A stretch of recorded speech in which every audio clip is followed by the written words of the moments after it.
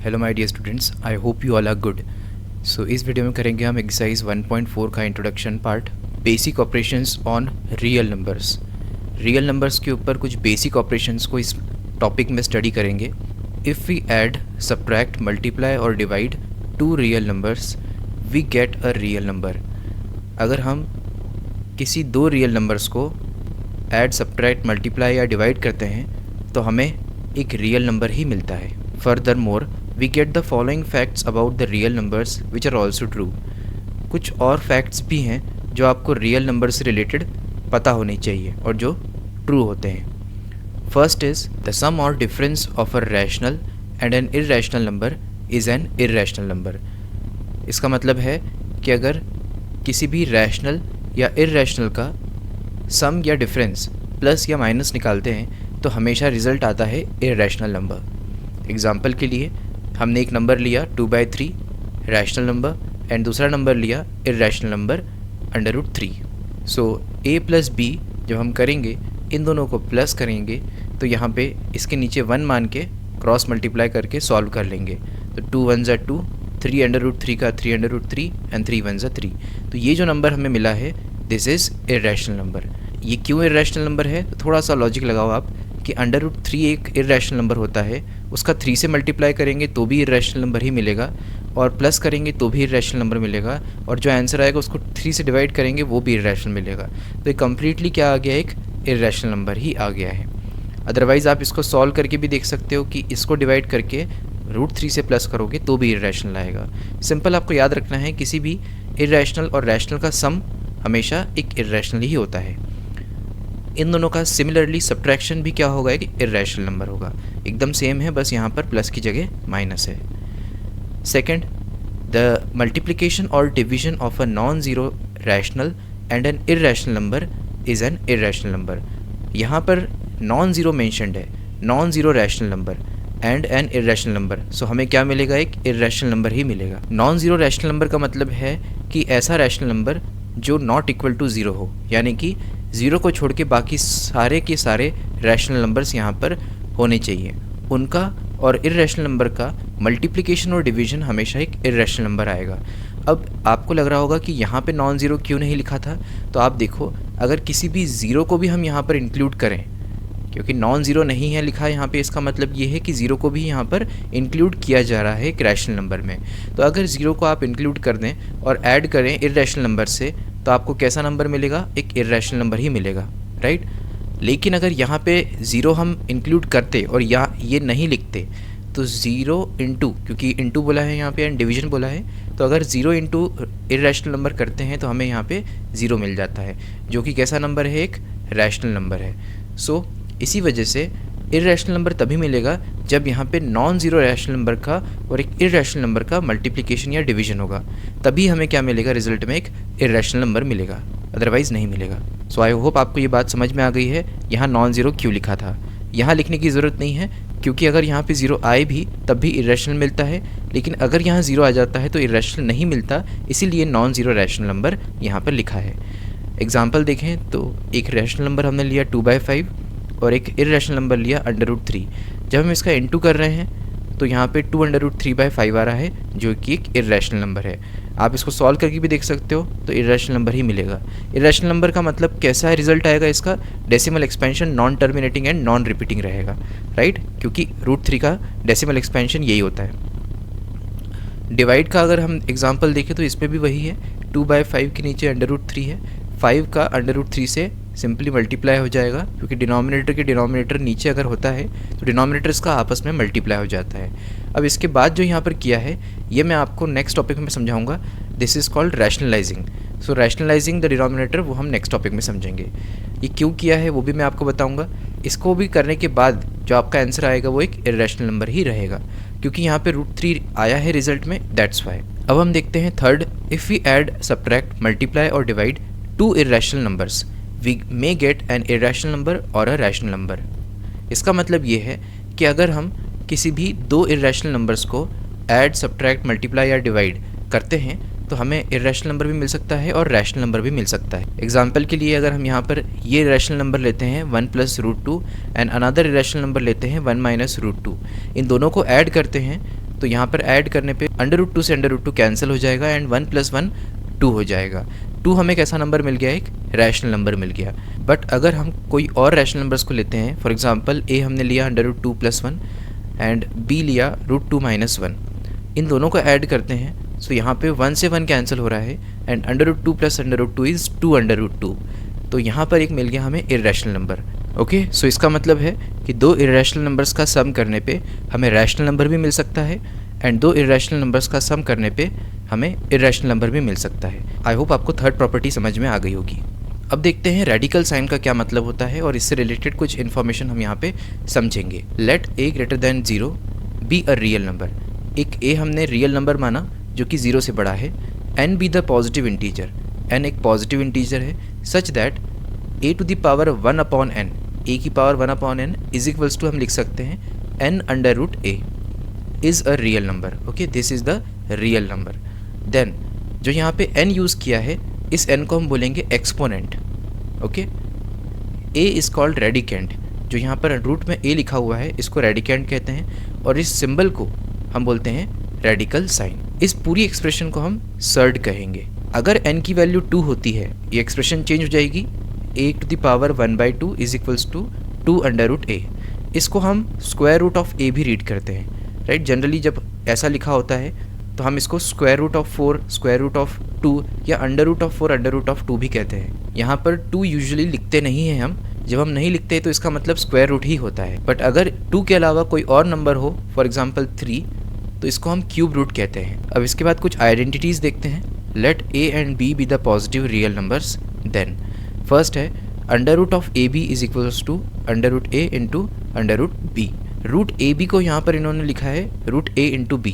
तो ये चीज़ आपको ध्यान रखनी है कि √a और √b का अगर मल्टीप्लाई करते हैं तो रूट यहाँ पर दोनों के ऊपर लग जाता है कॉमन और इन दोनों का आपस में मल्टीप्लाई हो जाता है। एग्जाम्पल देखो, √2 और √3, इन दोनों का अगर हम मल्टीप्लाई करें तो यहाँ पे 3 और 2 6 हो जाएगा और रूट दोनों पे कॉमन लग जाएगा। सेकंड है √a/b is equals to √a/√b।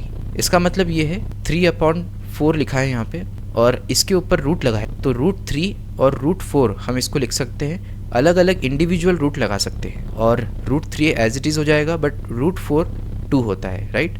4 2 का स्क्वायर होता है। थर्ड है √a + √b multiply √a - √b is equals to a - b होता है। अब ये कैसे हुआ है तो ये चीज़ आप समझ सकते हो, अदरवाइज़ इसको याद भी कर सकते हो। तो यहाँ पे √a + √b को मल्टीप्लाई किया है √a - √b से। सो हम जानते हैं कि इसका इससे मल्टीप्लाई होता है और फिर इसी का b से होता है, तो √a इंटू √a हो जाएगा like this and √a into √b। या फिर इसको हम आइडेंटिटी से भी सॉल्व कर सकते हैं, सिंस वी नो कि एक आइडेंटिटी आपने 8th में पढ़ी है कि a² - b², राइट। ये क्या होता है, a + b और a - b के इक्वल होता है। ऐसा ही कुछ यहाँ पर आपको दिख रहा है, √a यहाँ पर a की जगह लिखा है तो √a का हो जाएगा स्क्वायर। सिमिलरली √b यहाँ पर लिखा है सेकंड नंबर, सो √b का हो जाएगा स्क्वायर।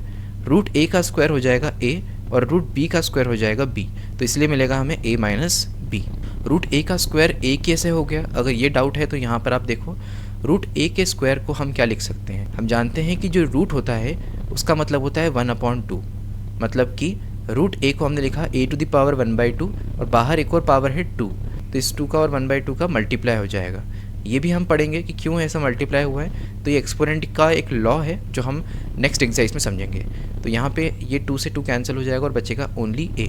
दैट्स वाई हमने √a के स्क्वायर को क्या लिखा, a लिखा यहाँ पे, राइट। आई होप आपको ये चीज़ समझ में आ गई होगी।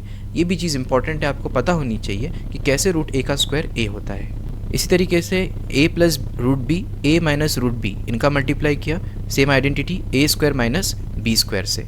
सो a तो a² हो जाएगा, बट √b का स्क्वायर क्या हो जाएगा, b। सिमिलरली अगर यहाँ पे b की जगह रूट ना हो और a पे हो तो इसको कैसे लिखेंगे, तो √a का स्क्वायर हो जाएगा a एंड b का स्क्वायर हो जाएगा b एंड आइडेंटिटी का यहाँ पे माइनस का साइन लग जाएगा। फिफ्थ है √a + √b होल स्क्वायर। इसको हमने ऐसे कैसे लिखा है, तो a + b का होल स्क्वायर जो होता है उसको यूज़ करके यहाँ लिखा है। सिंस वी नो कि a + b का स्क्वायर ये होता है a² + 2ab + b²। √a का स्क्वायर हो जाएगा a, √b का स्क्वायर हो जाएगा b and 2 into a into b, तो ए आपका रूट ए है और बी आपका रूट बी है। तो इस तरीके से, और प्लस माइनस का मतलब ये है, प्लस वाली आइडेंटिटी होगी तो यहाँ प्लस लगेगा, माइनस वाली होगी तो माइनस लगेगा। अब सिक्स्थ है root a plus root b into root c plus root d is equals to this. अब ये कैसे आया, तो ये सिंपल है, बस हमने इसको ओपन किया है, तो रूट ए और रूट सी का मल्टीप्लाई किया और रूट ए और रूट डी का पहले मल्टीप्लाई किया, तो इसका जब मल्टीप्लाई करेंगे तो ये आ जाएगा। मैंने बताया था अभी आपको कि रूट के अंदर अगर डिफरेंट नंबर्स का मल्टीप्लाई हो तो उन नंबर्स का आपस में मल्टीप्लाई हो जाता है और रूट कॉमन लग जाता है। ऐसे ही यहाँ पे भी रूट बी का अगर हम सी से करेंगे तो बी सी हो जाएगा और अंडर रूट लग जाएगा। सिमिलरली बी और डी का भी हो जाएगा इसी तरीके से, under root b into under root d. Okay, यहाँ मिस्टेक है, यहाँ पर बी आना चाहिए। ओके, तो आई होप आपको ये सारी आइडेंटिटीज क्लियर हो गई हैं। अब लास्ट टॉपिक है इंट्रोडक्शन का, rationalising the denominator. If the denominator of an expression contains a term with a square root और a number under a radical sign. अगर किसी एक्सप्रेशन के डिनोमिनेटर में स्क्वायर रूट वाली टर्म हो, यानी कि किसी भी नंबर के ऊपर अंडर रूट लगा हो, तो हम रैशनलाइजिंग द डिनोमिनेटर वाली मेथड को यूज करते हैं। Then the process of converting it into an equivalent expression whose denominator is rational is called rationalizing the denominator। तो इक्विवेलेंट एक्सप्रेशन में कन्वर्ट करने के लिए जो प्रोसेस यूज़ की जाती है जिसका डिनोमिनेटर एक रैशनल नंबर बन जाए, उसको बोलते हैं rationalising the denominator. For example simple शब्दों में आपको बताऊं तो किसी भी एक्सप्रेशन के डिनोमिनेटर में इरेशनल नंबर आ जाता है तो उसको हम रैशनल में कन्वर्ट कर देते हैं, और इसी प्रोसेस को क्या बोलते हैं हम, रैशनलाइजिंग द डिनोमिनेटर।